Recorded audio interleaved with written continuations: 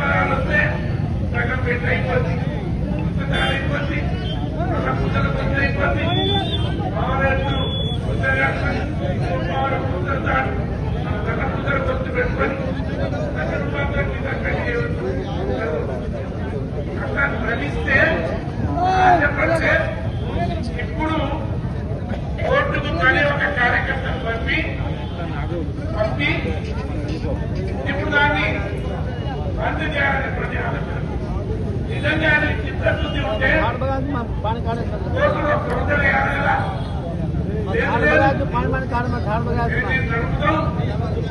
ఇస్తామని చెప్పేసి ప్రవర్తన చేయాలి కదా.